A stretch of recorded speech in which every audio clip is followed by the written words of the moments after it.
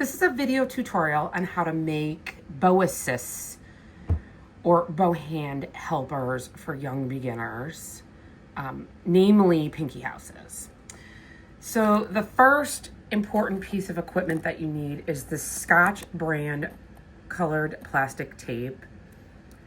A lot of times it's available at Target, sometimes Home Depot. I usually get it online, Amazon, etc.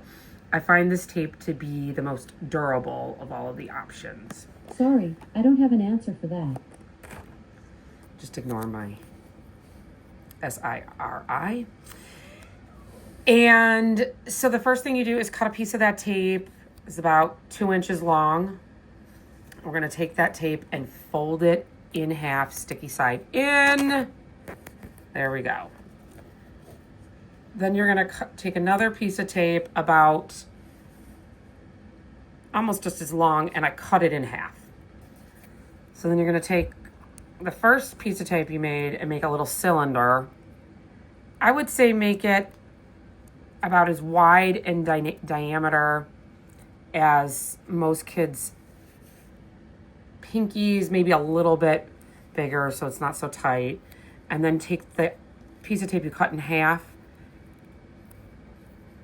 near the end, because we're going to hold the end together with it, and wrap the sticky side in, keeping one side longer, sticky side in. Then do the same thing directly across from that. So then you end up with the cylinder and then these two long pieces, sticky side in, sticking down. Those are going to go on the bow wherever you feel like the pinky should go. I feel like it's a little old school to put the pinky way down by the screw. I kind of like it a little closer to the third finger. I think it makes it easier for the kids to get a nice rounded pinky, but you can put it wherever you feel like it should go, wherever you want their pinky to go. And then just put the sticky side down like that and like that. That's a basic pinky house, and that'll work. I feel like if you don't put any extra reinforcement tape on it, it's probably gonna, as their pinky wants to slip off, it's gonna break off at some point. So I usually take and put a couple pieces of reinforcement tape on here like so.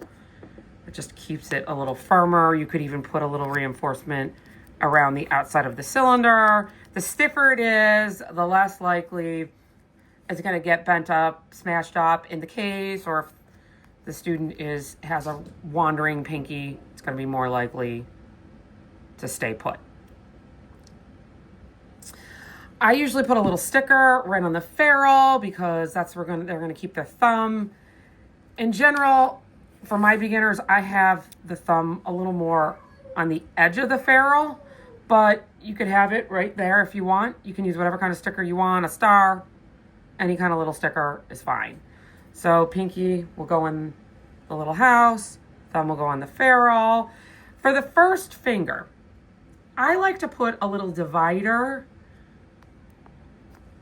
to keep the first finger a little separate from the middle fingers. It also kind of prevents a lot of this that you get, this kind of where the first finger creeps in and clutches.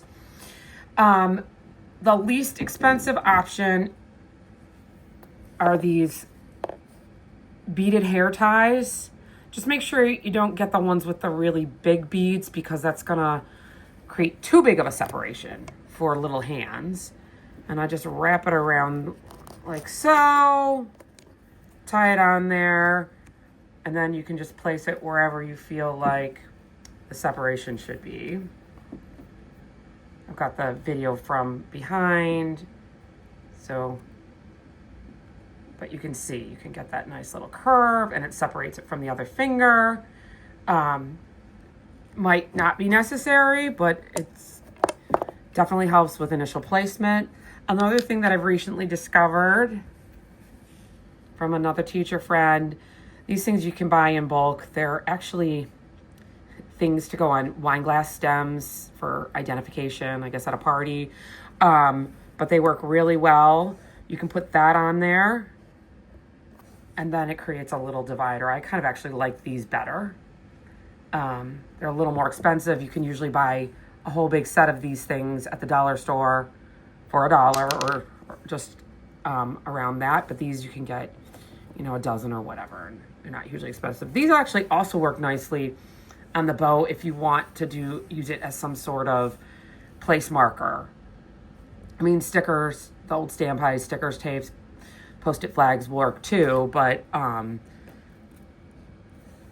this is a nice way. And then you can get, let me see, I'm going to lift the camera up here with my other hand so you can see the finished product here.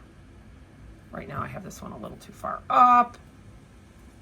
Let's see, you can see all the helpers on there to keep the bow fingers nicely in place. Of course, you still have to teach good bow hand and all the things, but this sort of helps, especially if they have less hands-on parenting. Anyway, I hope that helps.